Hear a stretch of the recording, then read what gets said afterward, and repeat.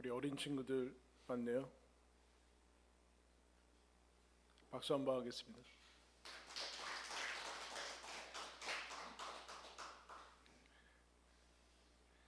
나중에 선물 줄게. 합심 기도하고 우리 자녀들부터 이제 안수기도 받고 가시기 바랍니다. 예배 후에 기도 받으실 분 앞으로 나오시기 바랍니다. 여러분들이 오늘 블레싱 2026년 어떻게 왔습니까? 지난주 오신 분은 아시는데 뜻을 정해서 왔습니다. 안 오신 분은 왜 안 왔어요? 뜻을 안 정해서 안 온 거죠. 뜻을 안 정한 이유는 그 예배가 나와는 상관이 없다고 생각해서 뜻을 정하지 않는 겁니다. 여러 가지 상황들이 있지만 여러분들은 왜 오게 됐는가?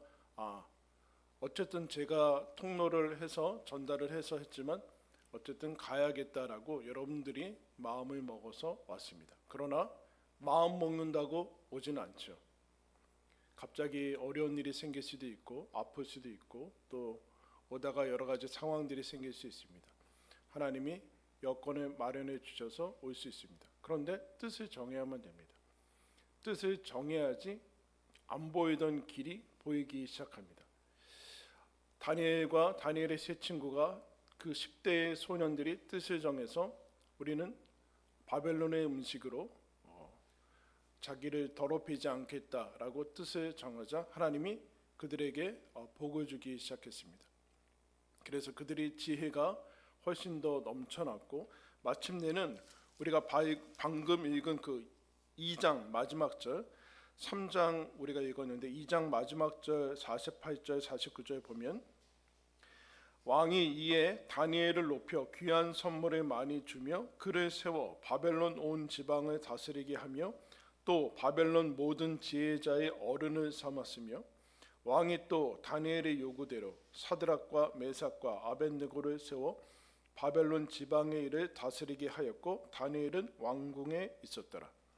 다니엘은 왕에서 왕의 일을 했고 그 세 친구는 다니엘이 추천해서 바벨론 지방으로 가서 중요한 일들을 이제 맡게 됐습니다.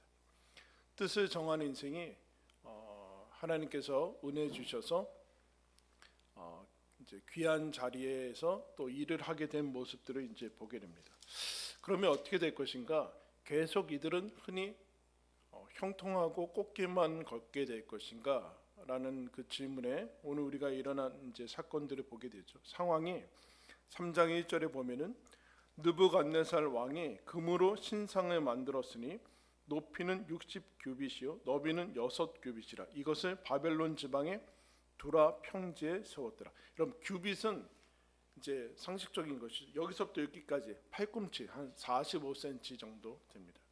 그래서 뭐 계산을 하면은 한 27m 높이 그리고 두께가 2.7m 정도 되는 금 신상을 바벨론 지방에 세웠어요. 여러분 왜 지방에 세웠을까요?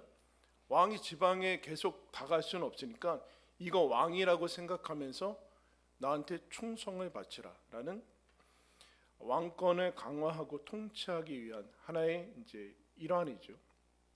그래서 이 신상 본인들이 만들어 놓은 신상한테 이제 절하면서 왕에게 충성을 맹세하게끔 하는 그런 일들을 하게 됩니다. 뭐 역사적으로는 늘 반복되어지는 그런 이제 모습들이죠.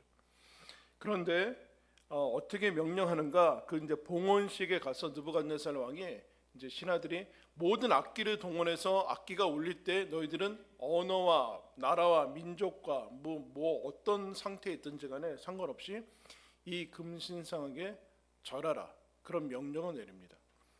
그런데 6절에 보면은 누구든지 엎드려 절하지 아니하는 자는 즉시 맹렬히 타는 풀무불에 던져 넣으리라. 여러분 절하지 않으면 어떻게 된대요? 죽인다. 여러분 이거는 선택지가 있는 질문입니까? 선택지가 있어요? 그 절하면은 뭐 아무런 일이 없는데 절하지 않으면 풀무불에 던져서 죽이겠다라는 얘기는 사실은 무조건 절하라라는 얘기나 마찬가지인데 답이 정해져 있는 것 같습니다. 살 길은 오로지 절하는 것밖에는 없는 것으로 알려지는데 여러분 답은 정해져 있지 않습니다. 이미 답이 정해져 있어서 우리가 그냥 무조건 절해야 되는구나 라고 하는 것이 우리들의 착각이라는 것이 나옵니다. 그때 8절에 그 일이 끝난 다음에 어떤 사람들이 와서 이 사람들을 이제 고발하죠. 왜 그러는가? 사드락, 메삭, 아벳느고 이 사람들이 왕 신상, 이 금신상에게 절하지 않습니다 라고 고발을 하는 장면이 나옵니다. 그 얘기가 이제 우리가 13절부터 읽은 말씀이죠. 그러면 세상이 정해놓은 길, 이거 말고는 이 다른 데로 가면 너희들 죽어 라고 하는 정해놓은 길과 삶이 그게 밖에 있지 않은 것이 아니다 라고 이들이 거부하고 나섭니다. 그러자 우리가 읽은 말씀에 느부갓네살 왕이 완전히 분노해서 그들을 불러가지고 한 번만 더 기회 준다. 딱 한 번이다. 사실은 그럼 그냥 죽여야 되는 거 아니에요? 불러올 필요도 없는데 즉시 죽인다고 했는데 한 번만 더 기회 줄 테니까 잘 들어라. 이제 띵짱 하고 올릴 때 절해라 아니면 죽인다. 여러분이라면 어떻게 하겠습니까? 여러분이라면 어떻게 하겠어요? 고개 한번 까딱하는 게 뭐 어렵다고 한번 까딱하고 회개하면 되지. 그들이 이 마지막 이제 생명을 살릴 수 있는 기회 앞에 16절에 이렇게 대답합니다. 우리 16절 말씀 우리 다 같이 한번 읽을까요? 시작. 사드락과 메삭과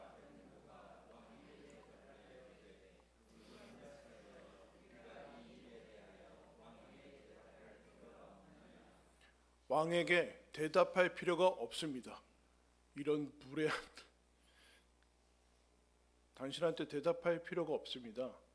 그런데 왜 이런 얘기를 하냐면은 바로 윗절에 마지막 절에 너희가 전하지 아니하면 느부갓네살 왕이 즉시 너희를 맹렬히 타는 풀무불 가운데 던져 넣을 것이니 능히 너희를 내 손에서 건져낼 신이 누구이겠느냐 이렇게 느부갓네살 왕이 얘기했거든요. 즉 결정권자가 자기라는 거예요.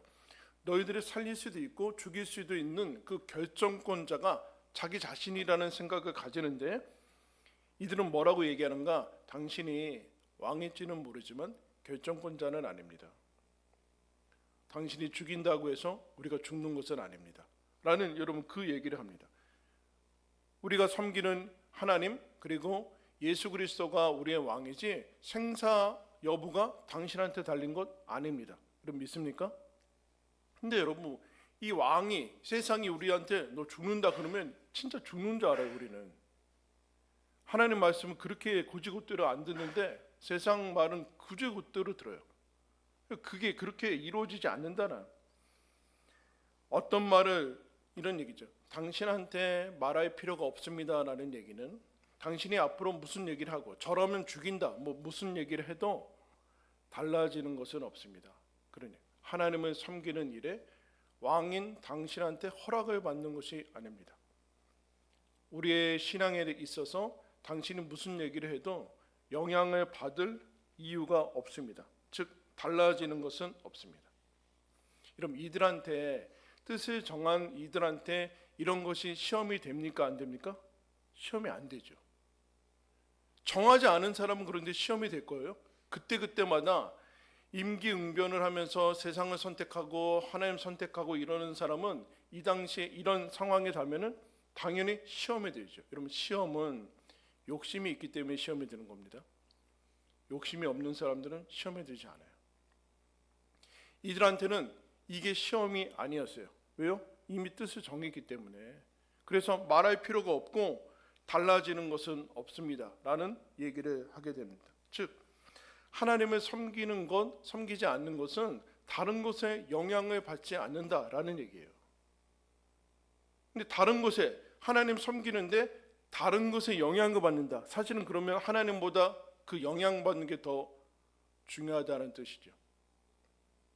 말은 뭐 고개를 까딱하거나 아니면 야 일단은 살아야 되지 않냐. 여러 가지 이유들이 있지만 사실은 하나님보다 다른 것을 선택하는 거예요. 이게 마음속에서 미묘하게 여전히 우리들한테도 일어나죠. 그게 뭐냐라는 거예요. 그게 우상이죠. 그게 여러분이 섬기는 거예요. 지금은 이 사람들의 생명일 수 있고 아니면 자리일 수도 있고 우리가 세상 살아가면서 경험하는 소중한 나의 그런 소원들일 수도 있습니다. 그때 하나님이 미묘하게 바꿔치기 되죠. 본인들은 여러 가지 타협할 수 있어요. 뭐 시간이든 뭐 우리가 뭐 주일 예배 한 번 안 드린다고 하나님 안 믿는 거 아니지 않나? 그러나 여러분 그 내면에서 정말 그렇게 일어나고 있습니까? 하나님하고 바꿔지는 거잖아요. 행위의 문제가 아니라는 게 행위를 얘기하는 것이 아니라 내면에서 뭐가 미뤄지고 뭐가 선택되어지느냐의 문제. 근데 이 사람들은 전혀 달라지지 않습니다. 그런 얘기를 합니다. 그러면서 17절에 이렇게 얘기합니다. 왕이여 우리가 섬기는 하나님이 계시다면 우리는 맹렬히 타는 풀무불 가운데서 능히 건져내시겠고 왕의 손에서도 건져낼 것입니다.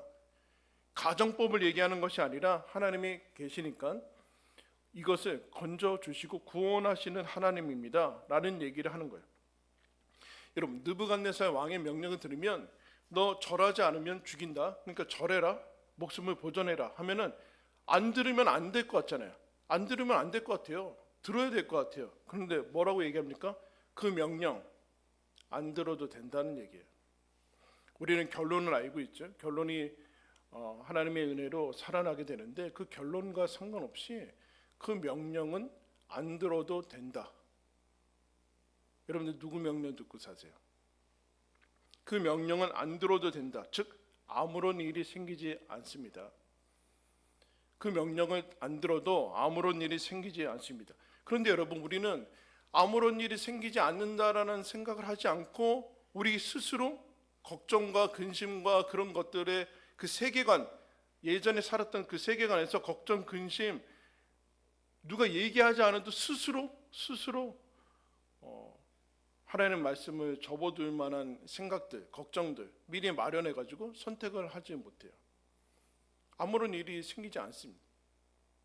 그렇게 안 해도 된다니까요. 이들은 결국에는 살아나서 더 높아지거든요.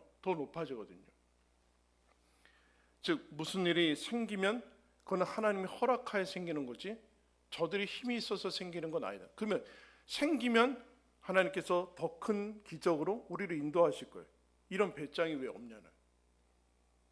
세상의 방식대로 흘러간다라고 우리는 굳게 믿고 있어요. 선택과 결정하는 거 보면은 이거는 세상이 딱 짜여진 상태로 간다라고 믿는 사람들도 그렇게 생각하고 있어요.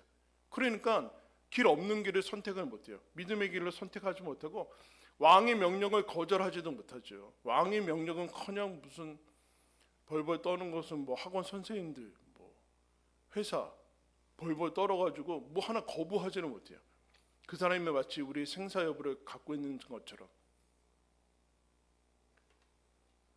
하나님만 섬기라. 그러면서 우리가 잘 아는 말씀 18절 우리 다 같이 한번 읽겠습니다. 시작. 그렇게 하지 아니하실지라도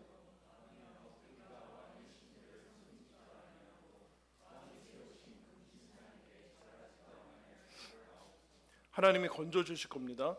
그러나 우리 이전 번역에 잘 알죠. 그리 아니하실지라도 우리는 하나님을 섬길 것입니다.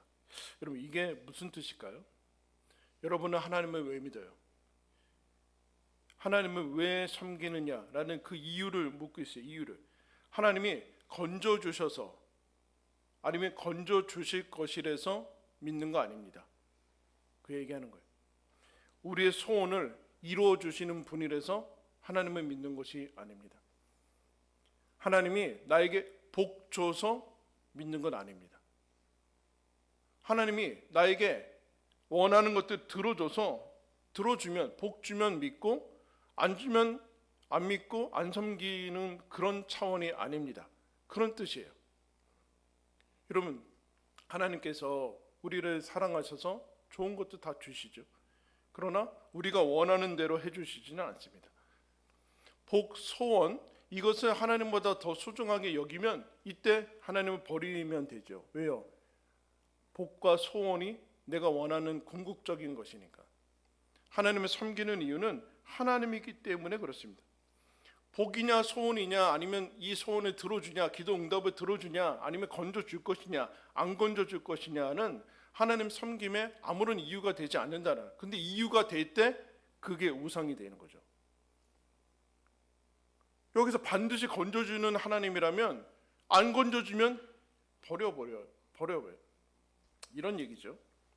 여러분, 하나님께서 뜻을 정했는데 우리가 몇 년 동안 지금 왕이 주는 음식 다 거절하고 여기까지 왔는데 좋은 자리 줬어요. 그럼 이런 일을 풀무불에 들어가서 기적적으로 나오잖아요. 기적적으로 나와요.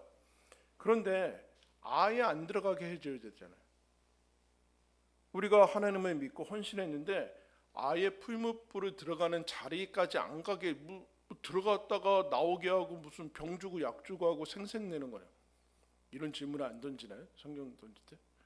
아예 안 들어가게 해줘야 되잖아요. 왜 시험들 상황을 만드냐? 그렇게 얘기할 수 있는데, 우리가 하나님을 믿는 이유는 하나님이 하나님이기 때문에 그렇습니다. 이게 무슨 뜻이냐 하면은 하나님 존재 자체가 이유인데, 이제 세상은 하나님 없는 상태에서 굳어지고 만들어진 그런 시스템이고 어떤 그런 세계관이니까 하나님 믿는 거와 당연히 충돌이 될 수밖에 없죠. 이런 얘기예요. 그럼 느부갓네살 왕이 내리는 명령과 그가 신이라고 섬기는 그 신, 실제로 신이 있다라고 믿고 있는지는 모르지만 어쨌든 신상을 세우고 자기가 하는 그런 세계관은 뭐냐면은 그가 가지고 있는 건 절하면 살리고 절하지 않으면 죽이는 신이에요. 이 조건부라고 얘기할 수 있죠. 조건, 절하면 살려주고 절하지 않으면 죽여요. 조건부죠.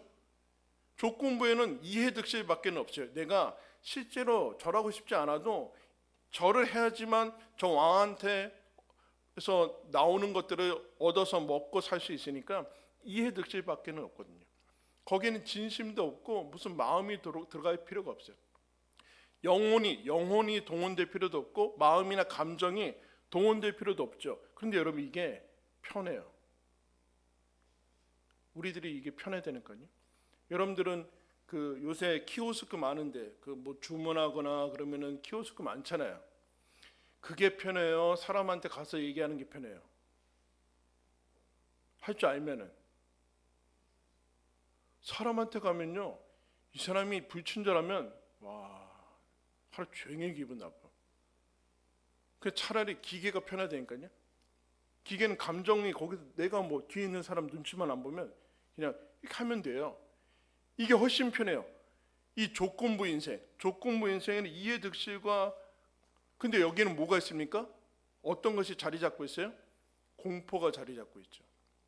너 하면 내가 해주고 안 해주면 너 큰일 난다. 너 이거 해서 들어가면 대학 들어가면 뭐 잘 살고 안 들어가면 망해. 여긴 공포가 자리 잡고 있죠. 운영되는 방식이. 그래서 이 공포, 두려움, 여기서 빠지지 않으려면 내가 뭔가 이 시스템대로, 이 조건에 맞춰진 대로 열심히 해야 돼요. 이게 느부갓네살 왕이 얘기하는 거예요.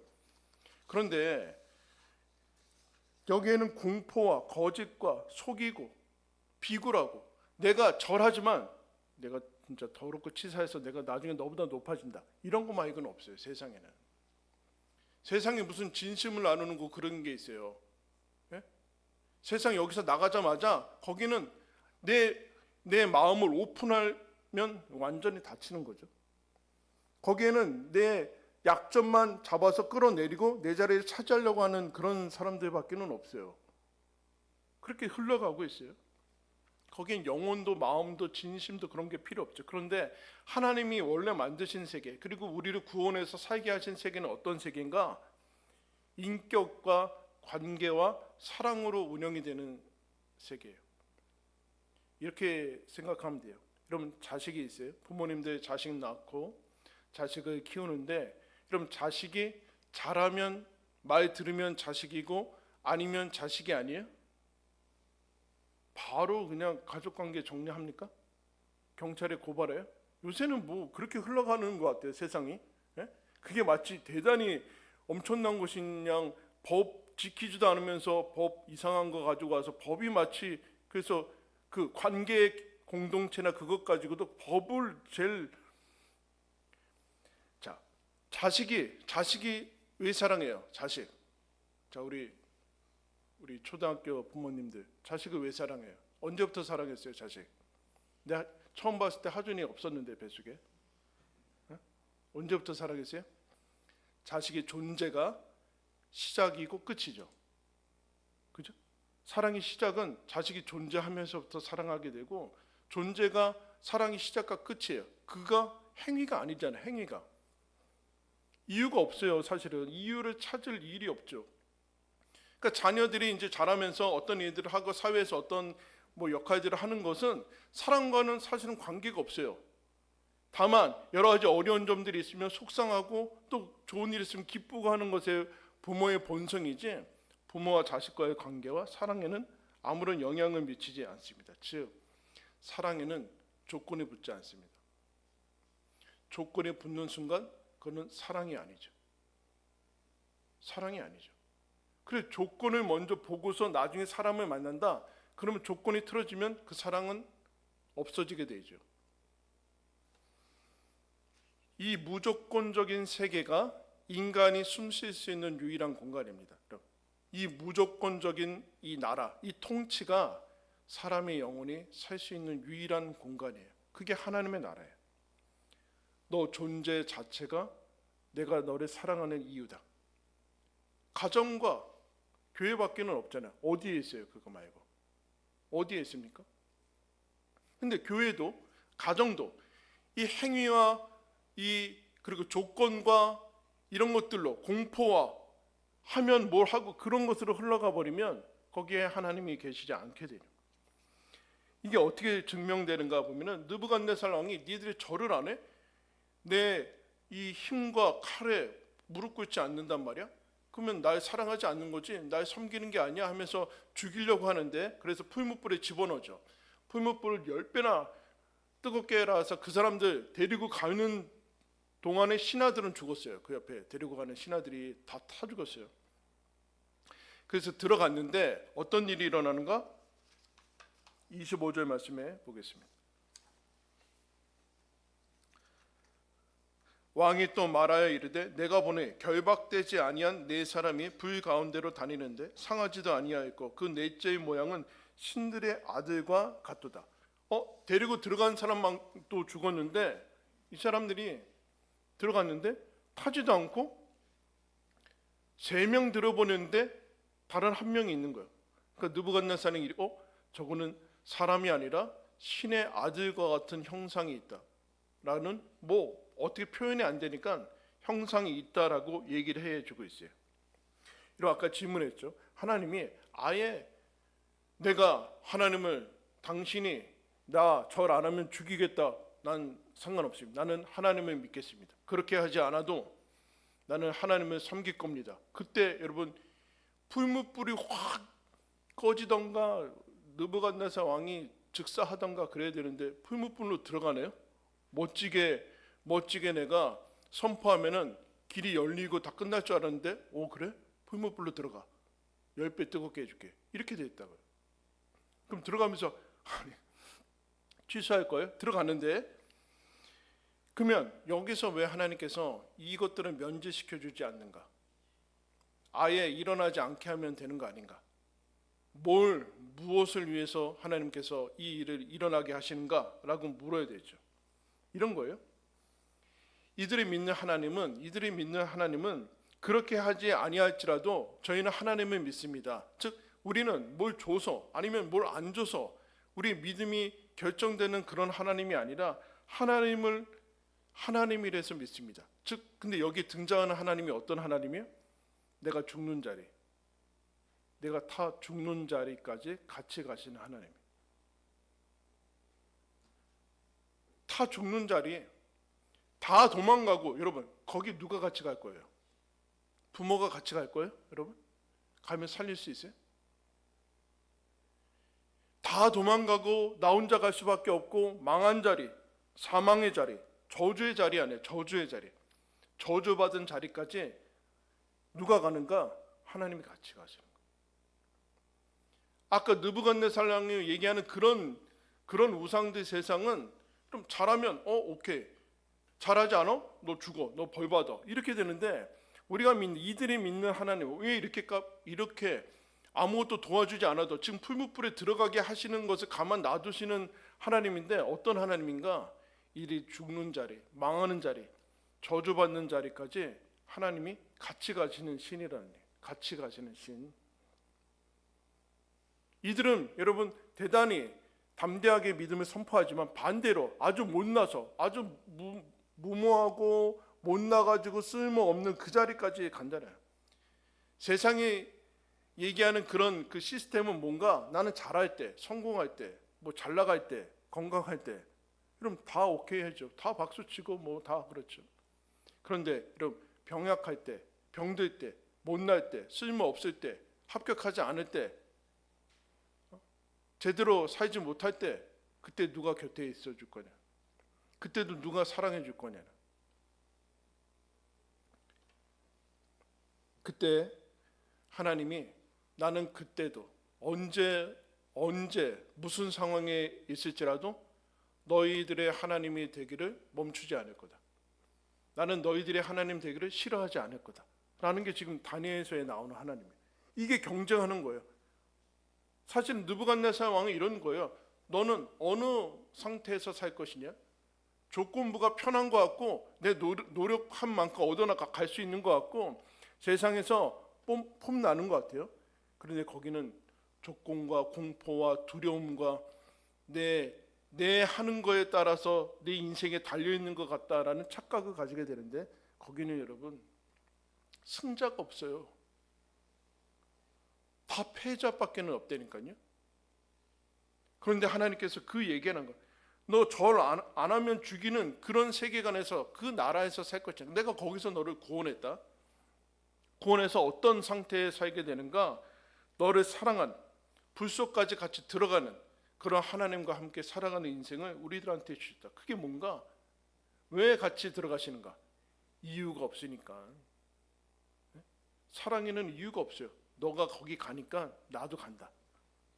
너가 어떻게 하냐는 중요하지 않다. 하나님, 저는 하나님을 섬깁니다. 이것을 알아차리고 저도 하나님을 섬깁니다. 이 사람들은 당신이 절하지 않으면 죽는다고 하는 그것은, 거기에 우리가 거절하고 하나님을 섬긴다라는 얘기는, 느부갓네살 왕이요, 우리는 이제 더 이상 당신이 사는 그 세계 속에서 살고 싶지 않습니다. 조건과 아니면 환경과 아니면 노력과 세상이 중요시 여기는 그것들이 힘이 있다라고 우기는 그 세상에서 살고 싶지 않습니다. 우리는 이 무조건적인 세계, 하나님의 은혜, 사랑, 나를 있는 그대로 사랑하시는 그 세계 속에서 살겠습니다 라는 고백이에요. 근데 우리는 조금만 뭐 잘나면 자꾸 저쪽으로 들어가가지고 자기 증명을 하고 쉽게 살아가려고 하는데, 하나님이 거기를 그냥 보시지 않죠. 그래서 이 다니엘서를 통해서 하나님께서 이것들을 보내주세요. 그래서 나오니까 너무 놀라서 사드락 메삭 아벳느고야 나와라, 느부갓네살 나오니까 하나도 타지 않고, 그래서 뭐라고 하는가? 28절, 3장 28절, 느부갓네살 왕이 말하 이르되 사드락과 메삭과 아벳느고의 하나님을 찬송할지로다. 그가 그의 천사를 보내사 자기를 의뢰하고 그들의 몸을 바쳐 왕의 명령을 거역하고 그 하나님 밖에는 다른 신을 섬기지 아니하며 그에게 절하지 아니한 종들을 구원하셨도다. 그러므로 내가 이제 조서를 내리노니 각 백성과 각 나라와 각 언어를 말하는 자가 모두 사드락과 메삭과 아벳느고의 하나님께 경솔이 말하거든 그 몸을 쪼개고 그 집을 거름터로 삼을지니. 우리 한번 읽겠습니다. 시작.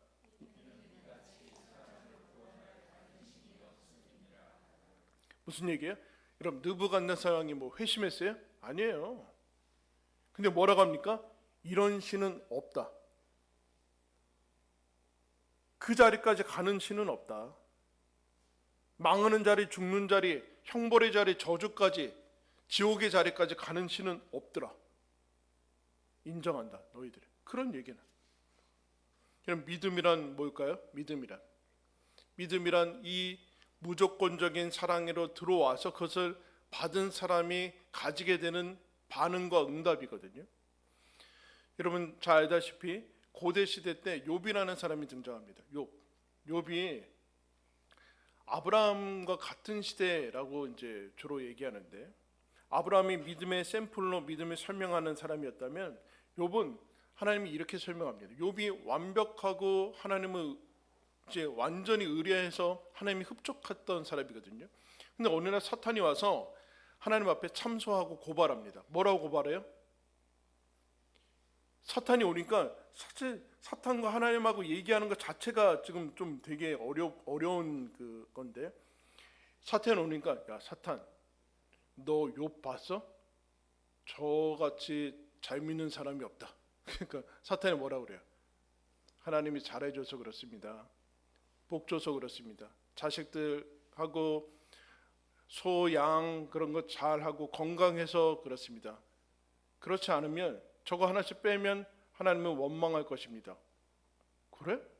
그래서 하나님이 사탄한테 생명 말고는 다른 것들을 뺏을 수 있게 허락하시죠. 가서 욥은 건강을 잃고 심지어 자녀들이 먼저 세상을 떠나고 집에 안에 모든 것들이 다 없어집니다. 그것은 이제 무려 욥은 너무 어려워요. 그죠? 너무 길어요. 길어서 이거를 뭐 친구들한테 계속 논쟁하면서 결국에는 이제 욥이 하나님을 만나는데, 시작이 뭡니까? 사탄이 뭐라고 얘기해요? 하나님이 잘해줘서 그런 거예요. 잘해주지 않으면 하나님 원망할걸요? 안 믿을 거예요. 그럼 뭐예요? 이 욥이 믿는 것은, 욥이 붙들고 있는 것은 하나님입니까? 아니면 복입니까? 이게 기복신앙이에요. 기복신앙. 좀 복이 없을 때는 다 같이 가난했으니까 뭐 그럴 수 있는데, 복이 딱 들어오는 순간 이제 비교하면서 가질 수 있게 됐어요. 그러면 이제 하나님을 조건으로 삼아서 무조건적인 세계로 구원을 받았는데, 즉 이유 없이 까닭 없이 하나님을 섬기겠습니까? 라는 것에 욥이 걸려있냐 걸려있지 않느냐. 걸려있으면 까닭이 있어서 예수를 믿고 하나님 믿으면 우상숭배고, 까닭 없이 하나님이 이유래서 하나님이 까닭이어서 믿으면 신앙이에요. 여러분은 어떤 상태예요? 네?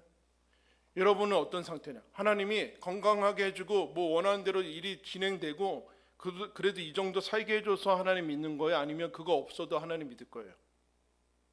하나님이 여기에 여러분 하나님의 자존심을 거십니다. 그럼 믿음이 뭐예요?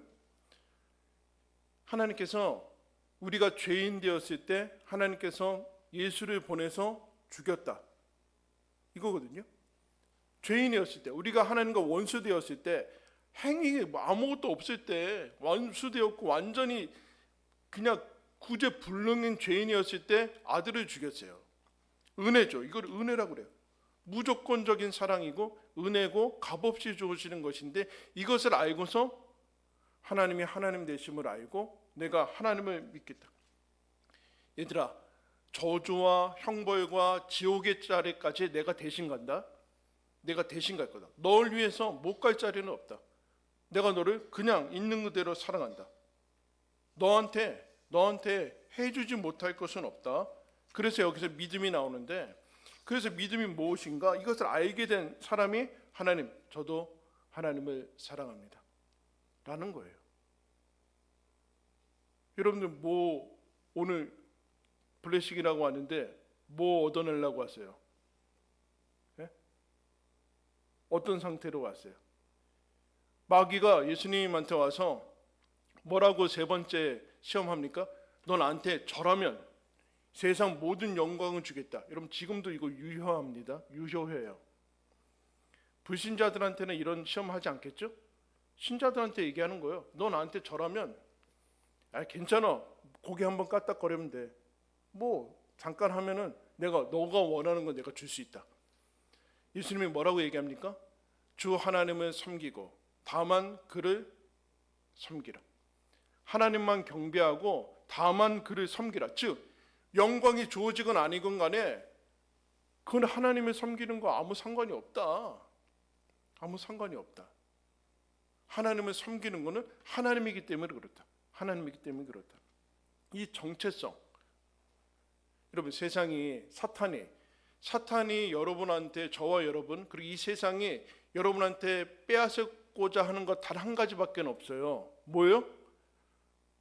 하나님의 사랑받는 자라는 정체성밖에 없어요. 그러면 그것만 빼앗을 수 있으면 다 줄 거예요. 뭐 명예건 돈이건 대학이건 다 준다니까요. 지금도 그러고 있어요. 다 줄 테니까 너 하나님의 사랑받는 자라는 이 무조건적인 사랑받는 자리에서 이탈해라. 예수님이 이거 전에 세례 받으면서 이는 내 사랑하는 아들이요라는 세례를 받거든요. 세례. 그 정체성을 확인을 해요. 하늘이 열리고 땅에서 나오는 것, 물에서 죽은 사람이 다시 살아나는 새 생명이 터지는 건 뭔가? 내가 하나님의 사랑받는 자구나. 뭐요? 아무 조건과 상관없이 내 지금의 형편과 내 능력과 IQ와 내 돈벌이와 내 외모와 그런 전혀 상관없이 나는 하나님의 사랑받는 사람이라는 이 정체성을 가지고 그래야지만 인간은 인간다움을 유지할 수 있습니다. 여러분, 이 사람들이 다니엘이 그리고 사드락 메삭 아벳느고가 어떻게 이것이 가능할 수 있었을까요? 어떻게 가능할 수 있었는가? 박해가 오고 아니면 이 절하면 주겠다고 복으로 유혹하는데 어떻게 인간이 흔들리지 않을 수 있는가? 너 절하지 않으면 죽인다.